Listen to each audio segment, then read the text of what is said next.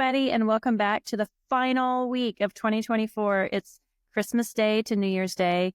This is the end of the year 2024 into the beginning of 2025. I'm Christa of Practical Astros. I'm one of the founding members of Asteri, Sofia, Kairos. It's an astrology collective that we formed, I guess it's been over a year now. I'm welcoming Sonia of Celestial Astrology and Mandi Rae of Ecstatic Astrology to join me in talking about this last final week of the year. Welcome, y'all. Hey. Thank you. Yay, the year's almost over. Yeah. So what we're going to look at is focus on these transits. So it's this last week, and we're going to look at on the 26th, the day after Christmas, Boxing Day up in Canada, Mercury opposite Jupiter. Again, Mercury will square Saturn the next day. Venus will square Uranus. And then we'll have a beautiful new moon in Capricorn to kind of wrap up the year. So, yeah, fun week. We have had Jupiter opposite Mercury in this mutually assured destruction or mutual reception for a while now. Mercury went retrograde in Sagittarius and now is kind of turned around and going forward. So this is the final opposition that we have. Jupiter is still retrograde. So we have Mercury down there at 13 degrees and Sagittarius direct, and Jupiter at 13 degrees retrograde up in Gemini. What has your experience been, Sonia and Mandy, with this opposition? Just overall themes. I know that we've talked about it in previous weeks, but what's been your personal experience? Mine has been aha moments completely. So I've had times where I'm just, oh, this is it, Yeah, I've gone back to things and structuring them better.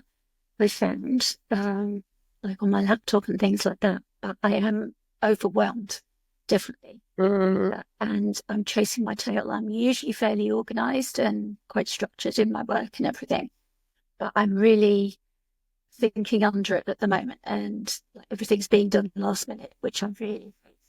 Yeah. I suppose that's the nature of this mutability emphasis. It's like, okay, I'm going to have to go with this for the time being. What's your rising sign, Sonia, again? I'm Taurus, so I'm very fixed and Okay, gotcha. I don't have a lot in mutable signs really. I've got Chiron. Yeah, that's on your money axis. And I always say with the 8th house, it's what your investment is in things, and if you're investing too much time in something that's not, you're going to have to reevaluate that. That makes total sense to me.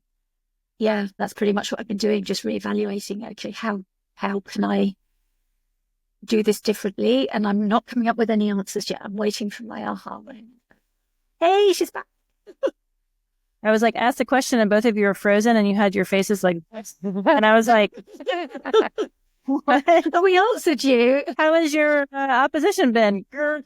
Yeah. It was that bad. I mean, that's literally how the opposition has been for me. Oh, I should not have asked that question. Let me just reveal to you in real time. Sorry about that. I mean, literally, my internet got restricted this morning. So I spent the morning trying to resolve that. And it's, oh gosh, we're recording this afternoon. I can't be the one that messes this up, when we timed it. And of course, then Janessa had to go. And then it was all like literally before we're recording it. I've got a very nice little routine of a countdown and rituals that I do and everything before we start. And it's like, can I do this? And then it's like, no, it's okay. The planets are mutable. Mercury's immutable. Jupiter's retrograde in exile. I'm just going to have to go with the flow and trust it will come out okay. And it did. Yeah.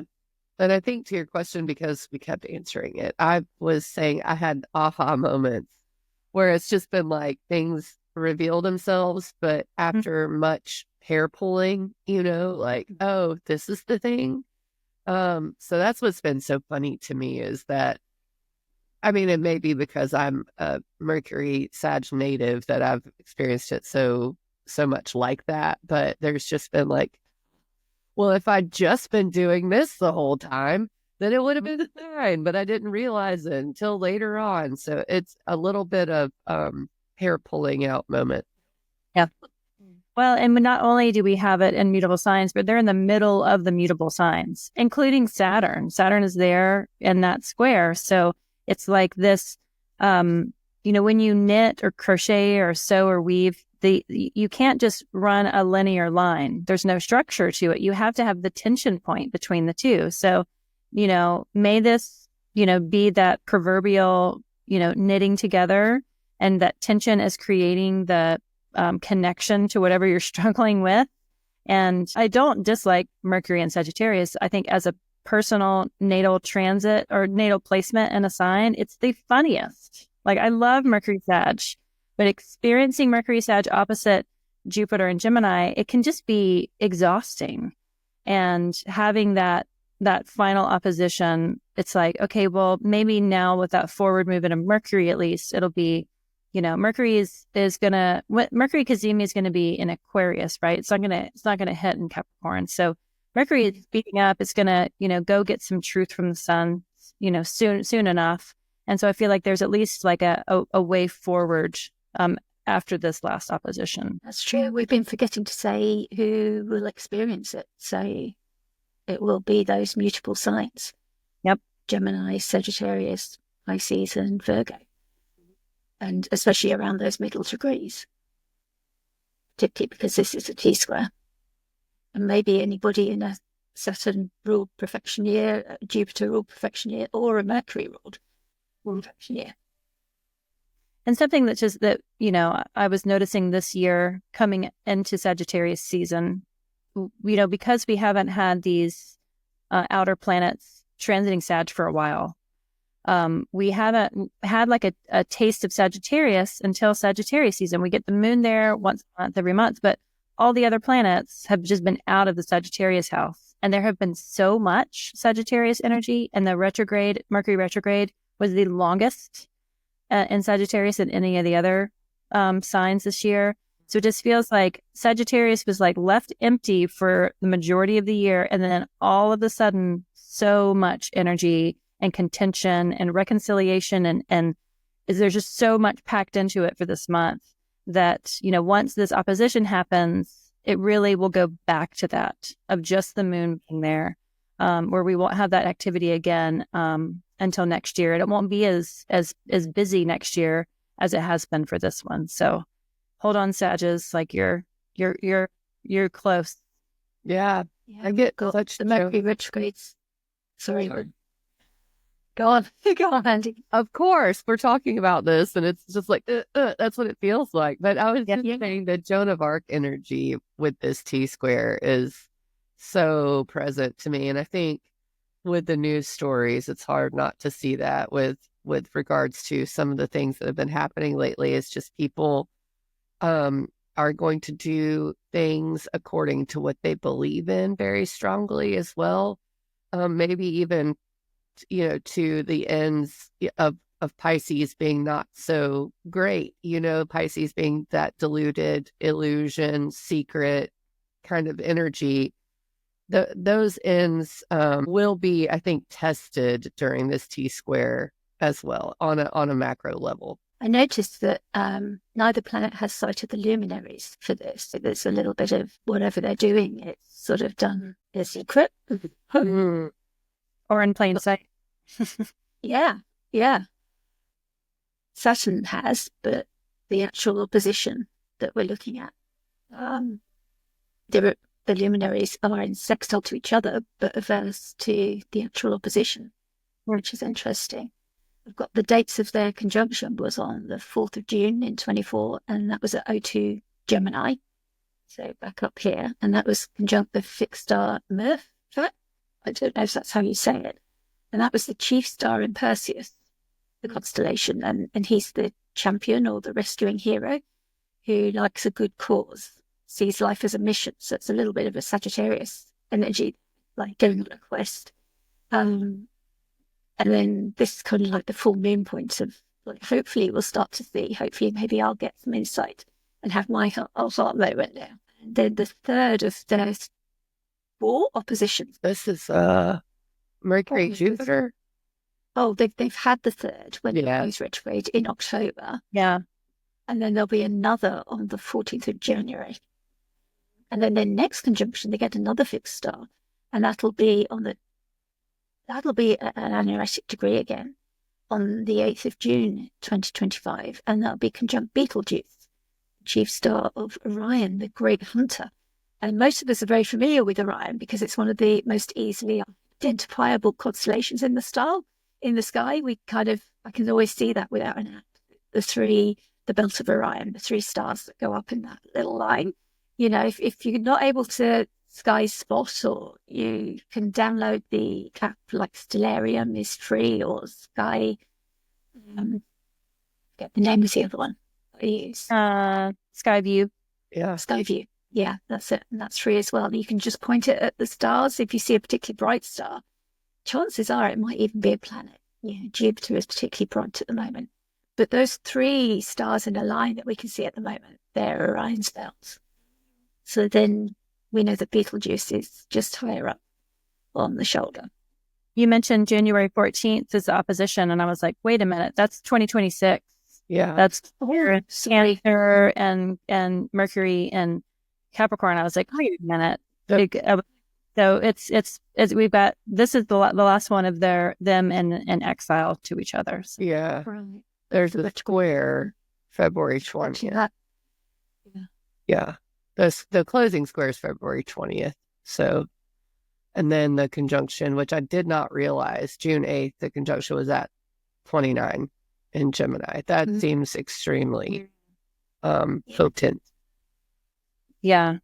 Yes, they've had quite a time, like hitting the fixed stars in both of their conjunctions and then hitting anaretic degrees. It's like been a bumpy ride. Yes.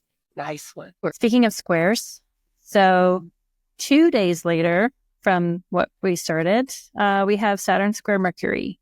And so we have Mercury still at 14 degrees Sagittarius, squaring that Saturn and Pisces. We already kind of talked about this with the opposition because, you know, Saturn is right there in it. So this is just a continuation of that story. We have, Mercury and Jupiter are still opposite each other by half a degree, and Saturn is fully engaged with that Mercury there. So, I think it's just going to be that the continuation of that story of all those mutables, and having this happen in mutable signs at that middle, like the Ides of the sign, that middle point. It really does feel like the choices to be made maybe will become clearer, even if it's not the best choice that you think. It's a choice to kind of get you going in a direction. And sometimes just, especially with mutability, because you can consider so many sides, it's hard to weigh which one is the most just or informed or most positive, because there's the road to hell is paved with good intentions, and there's silver linings to even things that might seem difficult in the moment. So I think just Saturn and Mercury's engagement here might just have some sort of clarity of like, well, I don't know if this is the right step, but this is a step I'm going to make, and vocalizing that and still carrying that righteous torch that Sagittarius, really carries of just, here's my mission. I think Mandy and I talked about in a forecasting episode in the past of, while, Pisces and Virgo have kind of a clear reputation of serving and being of service, so do Gemini and Sagittarius, but it seems like they just want like a mission, a very specified mission of like, what am I serving? Who am I serving? Why am I serving it? I'm not just going to serve for serve's sake. And this right here feels like a moment of Sagittarius can be a great serving sign for truth, and to kind of reveal and illuminate the truth that Mercury is digging up, and maybe through that the container or the structure or the limitation that Saturn brings. It's like something for Sagittarius to bump up against on a macro level, on a big scheme level. I kind of feel like this might be a day of illumination of some truth that we all might be able to witness. These Saturn and Jupiter are they're the big planets. They're the The ones that are on the other side of the sun, they speak to larger swaths of time and people and circumstances. They're not necessarily close to us personally. And I just look at this as being this getting out of the swamp and being able to kind of pull yourself up to choose a direction with that aggravating square that Mercury and Saturn are engaged in. That's nice. Like that, yeah. Stunned into silence by that. Was it in the Never-Ending Story when the horse gets like stuck in the swamp? What was the name of that? It's like track, and you're just like trying to like Atreyu. No, that's the name of the goat. That's the boy. But that's what it feels like. If like maybe the horse gets out this time, and you get to like continue a journey. Artax. Yes. Artax. This is Artax Redemption Day. Love it. And again, the people affected are going to be the mutable signs again. Pisces, Sagittarius, Gemini, and Virgo. Yeah. I love how everything plays back to the Mercury-Jupiter opposition. I mean, all the rulerships, if you trace them down, it's pretty cool. Yep. Yeah, it's so loud right now, isn't it? Very loud. The fact that it's moving backwards and forwards and, as they dance around the retrogrades as well. Just pulling us in and out. Mm-hmm. It's like, makes me think, what's that dance where they twirl, like the Viennese waltz, where they just twirl around. It's like they sweep up everything into the movement. Yeah. Or the whirling dervish. Yeah. So did I say the dates for this one? This is a closing square that we've got. Their conjunction was at 9 degrees of Pisces on the 28th of February 2024. And that was conjunct the sun. So that's a nice illumination of it. Especially as Mercury can't see the luminaries right now. It's closing. Their opening square was from Gemini to Pisces, 12th of June at 19 degrees. Their opposition was the 18th of September from Virgo to Pisces. And the next conjunction will be the 25th of February 25 at 20 Pisces. It's interesting to see there that we've also got the Venus square Uranus coming into form. That'll go exact the next day, I think. Yep. And that's like sudden revelations on Venusian things. And Venus is going to be conjunct the fixed stars. I can't say this, but we've got an internet friend who's got the name Saddle Salad. Saddle Does anybody food? I always say saddle food. It may be said. Yeah, and I've got my notes from Bernadette Brady. This is a capricious star, sometimes good fortune and sometimes not. So there's consequences if you change your mind. It stimulates a high level of individualism, radicalism, and innovation, as though Uranus needed any more innovation and radicalism. And is that what Venus is going to affix when she gets 23 degrees? Yeah, when she's conjunct Uranus. Yeah.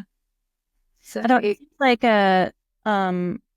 like Venus and Aquarius, like hitting fixed stars. It just, because we have these like tropes or reputation or history of signs. And so the unearthliness of Aquarius, I think of fixed stars and I think of just the fixed star energy as being kind of Aquarian and just might be my own filter.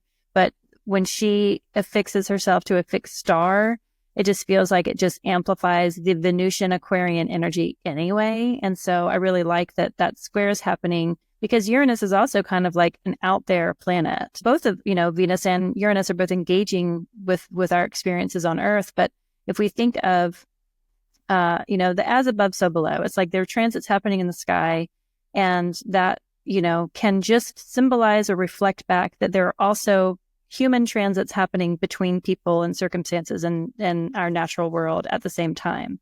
So not necessarily causing it, but it's like, what is happening up there? Can we look ahead through time and see these aspects and these transits happening?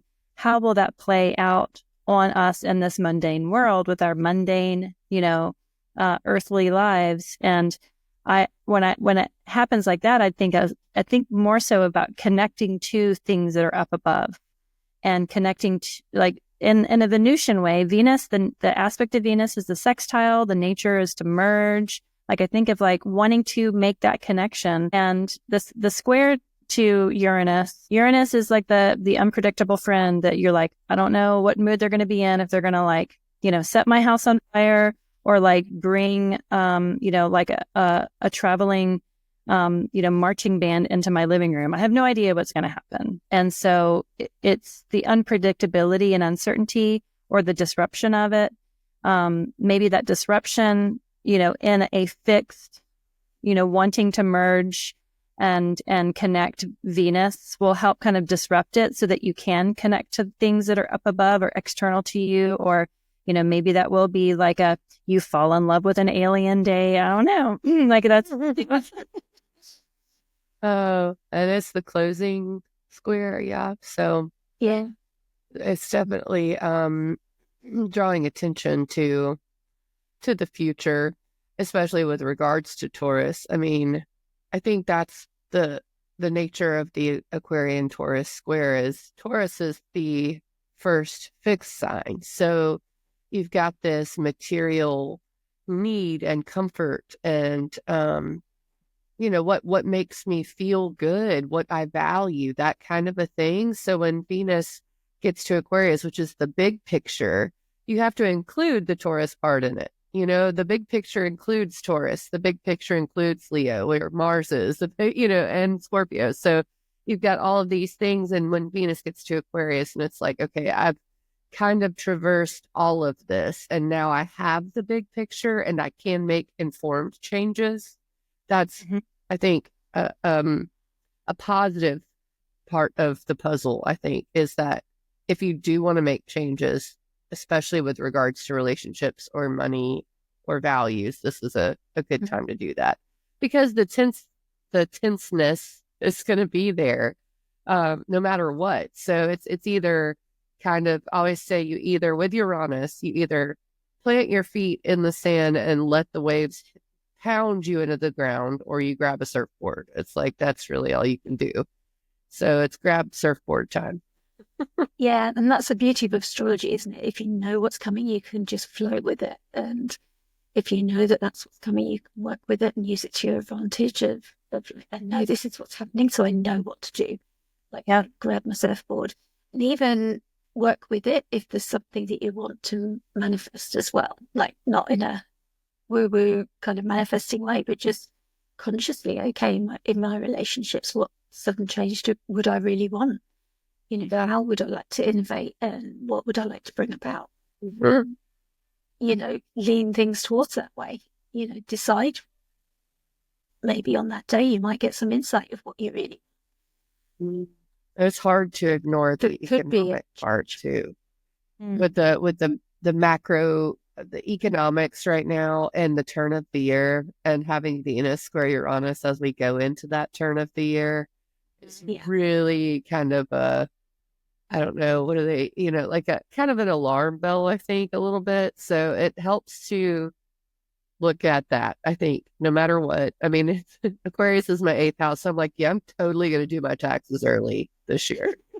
Like this is the moment. I'll be sitting there that Friday doing my taxes. We all know that's not true, but it's something to think about, Yeah. Well, and Taurus is ruled by Venus. So Venus is the ruler, and the exaltation is the moon. So, Taurus is being squared by its own ruler and opposed by the exaltation, which is the moon. The moon is not great in Scorpio. So again, it does kind of speak to, there's lines of sight of those rulers, but they're not like necessarily gonna be helpful, or they could be, but maybe they will have to ask for help themselves. So the financial piece of it does, end of the day, the New York Stock Exchange would be curious to see how it ends on Friday, December 27th, before the long weekend. So. Yeah, this is big prepper energy. Yeah. Maybe you weren't one before and you suddenly decided to become one. Exactly. All right, so we are ending the year. we're ending the solar year with the beginning of a lunar moment. So we have a Capricorn new moon at 9 degrees, 43 minutes. I like the Nicola Allen art here. It's to lay the groundwork. We have, it's the first decan of Capricorn. So it's the first decan of a cardinal sign. It's a Jupiter-ruled decan and a Saturn-ruled sign. So you have both of those kind of the greater malefic and the greater benefic of the light sect informing this new moon. When the moon is in Capricorn, it's not at home because the moon is at home in the opposing sign of Cancer. So it's a very resourceful new moon. If you do any sort of planetary remediation or you're planetary remediation curious, new moons are great. And new moons are dark, that you cannot see the moon. And so it is such a great time to become internal and write and be in that seed stage of a plant. You have to commit to honoring to do the work. You have to water that seed. You have to maybe put it in bigger pots as it grows. You have to give it enough light. You have to feed it. You have to put sympathetic plants around it to also help keep the pests off, like all those things, all those gardening things. But this is the moment of seed planting. And like in the farming community, there's fifth season is the planning season. This is like you get the seed catalog, you curl up while it's super cold outside, the ground is frozen, but you get to just really daydream about all the things that you want to nurture and what you're willing to commit to and the price that you're willing to pay for those seeds, all those things. This is the moment for all of us. So whatever proverbial seed you want to plant, I love this new moon for it. We had a new moon in Sagittarius on the 1st at 9 degrees Sagittarius. And then so we get 2 new moons this month. The second one really does kind of, it's ahead of schedule to start off the new year, which I just also like for Capricorn. Do either of you have plans for this new moon, or have you been thinking about this new moon looking forward? Not yet. Yeah, I think I should do though, because like you say, it's important when you get 3 in a month, 3 lunations.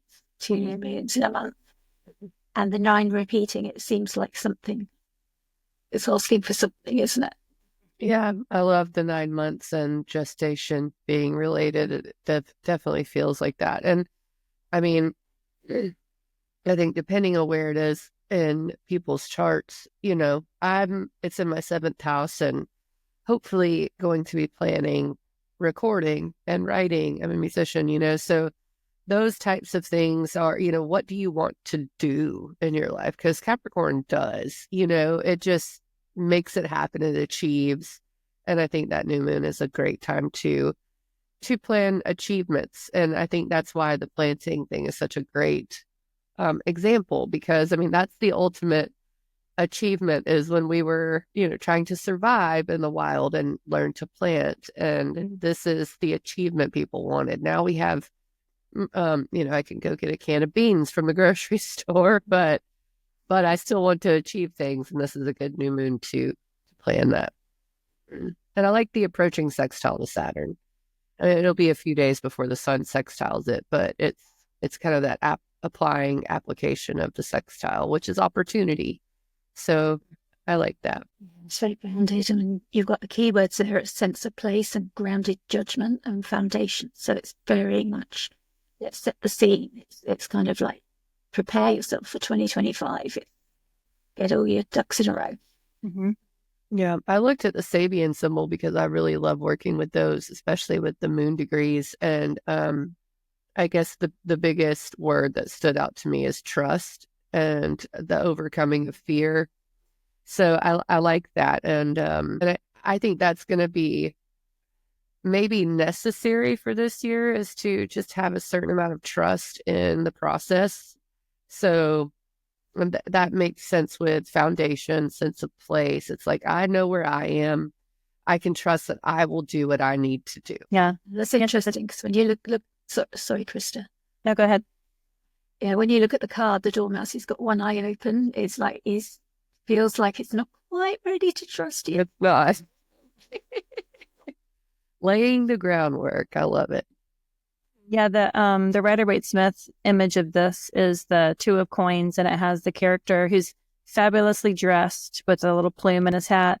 And there's like rough and rowdy seas behind him with like ships, like in these waves, but he's on ground and he has 2 coins in his hand, and they have like this lemniscate, this like figure 8 shape between them, and it's like being solidly just on your own 2 feet with like, okay, let's start here. It's the beginning of some sort of machine that's starting to run.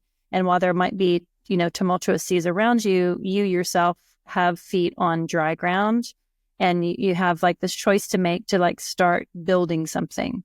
So I do like foundations as being a keyword for this new moon. What foundations would you like to build? Mm-hmm. Yeah, that's powerful, just being right before the new year. We don't always get new moons right there or full moons right there, but when we do, it just feels really appropriate because, it's our calendar's kind of arbitrary in that way. So when you have the moon cycle match up to our calendar, it just feels more appropriate. And I always like to say the year doesn't actually start till the sun passes Saturn. That's the real new year, but but it sometimes that's the summer, so it just depends. But whenever Saturn's in those signs, but I think the sextile to Saturn to me really feels like the foundational theme is even more pronounced with the sextile coming into Saturn. Yeah. It's always nice. I've got a verse here from T. Susan Chang, who's written verses on each of the decans. So it's about the first decan of Capricorn. And she says, the Lord of Matter buys and spends, common means, common ends. Endless are the tides of change, but we profit when we rearrange. We barter our infinitude, and then we rise again renewed. What's that? So it's very much about... Sorry. And yeah, the seas keep coming up because you mentioned the sea being rough in the tarot card, and the Sabian symbol says an albatross feeding from the hand of a sailor. That's the symbol. And then just what you said, Sonia, with the rising tide, and Capricorn being that, kind of boat sailor image, so I think that makes a lot of sense. And Saturn is definitely in water right now. So I love all those symbols and the symbolism of the sea. Well, just omens of, of all the oceanic things that are happening, like the orcas wearing salmons as little hats. Like at first I was like, oh, that's so cute, but it's actually kind of sign for maybe not so good things. It's like an omen for the orcas are like, it's like, stop adoring my adorable hat. Like I'm trying to tell you something. This is a war hat.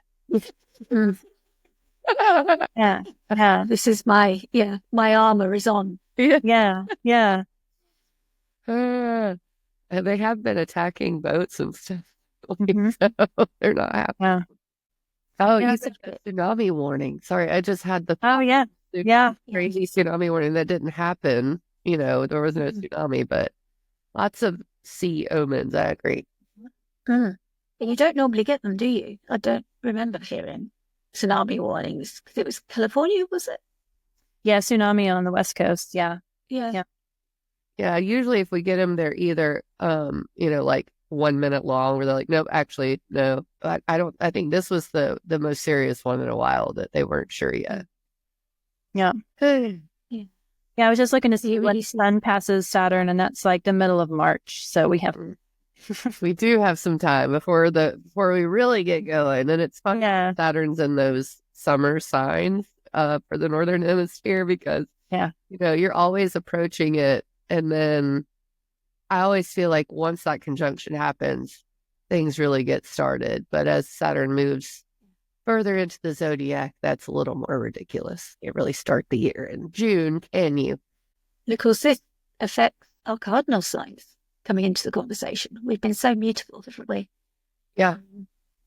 But we've got the cardinal signs there of Capricorn, Aries, Cancer, and Libra. Yeah, and I keep thinking, not just with this new moon, but even the solstice moment, just to maybe, I always like to say open up your awareness in moments like that, because we get into March and June and we have cardinal involvement, major shifts into cardinal signs. So it's not going to be a bad idea to take this moment of the Capricorn ingress and the Capricorn new moon and consider it in your chart and the themes that cardinal grand cross has in your chart, wherever that is, because those are going to be involved heavily this summer.